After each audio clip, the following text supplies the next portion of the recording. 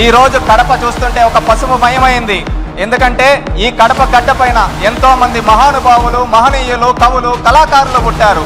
ఈ గడపని మనం దేవుని గడపగా చెప్పుకుంటాం. అలాంటి దేవుని గడప ఈ రోజు పసుపు మయమైంది.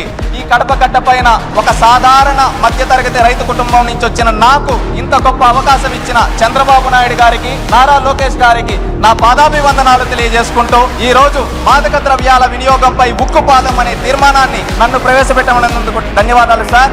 ఈ రోజు ఒకటి చెప్పదలుచుకున్నాను సార్. ఏంటంటే మనం ఒకప్పుడు డ్రగ్స్ అంటే గంజాయి అంటే ఎక్కడ వినేవాళ్ళం? సినిమాల్లో చూసేవాళ్ళం. 2019కి ముందు ఎక్కడంటే ఏమన్నా డ్రగ్స్ ఎక్కడంటే ఇంటర్నేషనల్ మాఫియాలు చేస్తాయంట, ఈ విధంగా ఉంటుందా అని మనం సినిమాల్లో మాత్రమే చూసేవాళ్ళం. కానీ గత పాలకుల యొక్క నిర్లక్ష్యం వల్ల అది మన జిల్లాలు దాటి, నియోజకవర్గాలు దాటి మన గడప దాకా వచ్చింది. ఆ విధంగా ఎంతో మంది యువత గంజాయిలకి బానిసలై వాళ్ళ జీవితాలు నాశనమయ్యాయి. ఎందుకని ఈ మాట అంటున్నామంటే, గంజాయికి ఒక్కసారి బానిస అయితే వాళ్ళు విచక్షణ అనేది మరిచిపోతారు. ఆ విధంగా వాళ్ళు ఎన్నో తప్పులు చేస్తారు. దోపిడీలు, అదే విధంగా దొంగతనాలు కావచ్చు, అదే విధంగా మహిళల పైన అత్యాచారాలు కావచ్చు, బెట్టింగ్ యాప్స్ లోనే ఎంతో లక్షల అప్పులు చేసి సూసైడ్లు చేసుకునే వాళ్ళ వరకు యువత వెళ్ళిపోతూ ఉన్నారు. ఇలాగే ఎన్నో సంఘటనలు జరుగుతుంటే ఆనాడు నారా లోకేష్ గారు యువగలం పాదయాత్ర మొదలు పెట్టినప్పుడు, యువగలం పాదయాత్రలో చంద్రగిరి నియోజకవర్గంలో ఒక మహిళ డైరెక్ట్ గా కూడా చెప్పలేక